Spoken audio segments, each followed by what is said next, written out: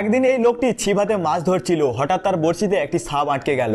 লোকটি সাপটিকে হুমকি দিল, যদি আবার আমার বড়শিতে ধরা পড়ো তবে তোমাকে আমি মেরে ফেলবো। কিন্তু কিছুক্ষণের মধ্যেই আবারও সাপটি তার বড়শিতে আটকে গেল। তখন লোকটি সাপটিকে তীরে টেনে এনে পাথর দিয়ে মারতে উদ্যত হলো। কিন্তু ঠিক সেই মুহূর্তে সাপটির ভেতর থেকে এক অদ্ভুত কণ্ঠ ভেসে এলো, আমি সাপেদের রাজকুমার, যদি আমাকে সঙ্গে রাখো তবে তুমি যে কোনো মাছ ধরতে চাইবে সহজেই ধরতে পারবে। এরপর লোকটি সাপটিকে নিজের সঙ্গে রাখলো, আর সত্যি ইচ্ছে মতো মাছ ধরে আনন্দে ভরে উঠলো তার জীবন। একদিন সাপ রাজকুমার তাকে সতর্ক করলো, খুব শিগগিরই ভয়ঙ্কর বন্যা আসতে চলেছে। লোকটি সঙ্গে সঙ্গে ছুটে গিয়ে গ্রামবাসীদের খবর দিল, কিন্তু তারা তাকে নিয়ে হাসাহাসি করলো এবং মজা করে বলল, তাহলে বাঁশ দিয়ে একখানা শক্ত নৌকা বানাও দেখি। কিছুক্ষণের মধ্যেই শুরু হলো ভয়াবহ বন্যা। সেই জলোচ্ছ্বাসে এক ব্যক্তি ডুবে যাচ্ছিল।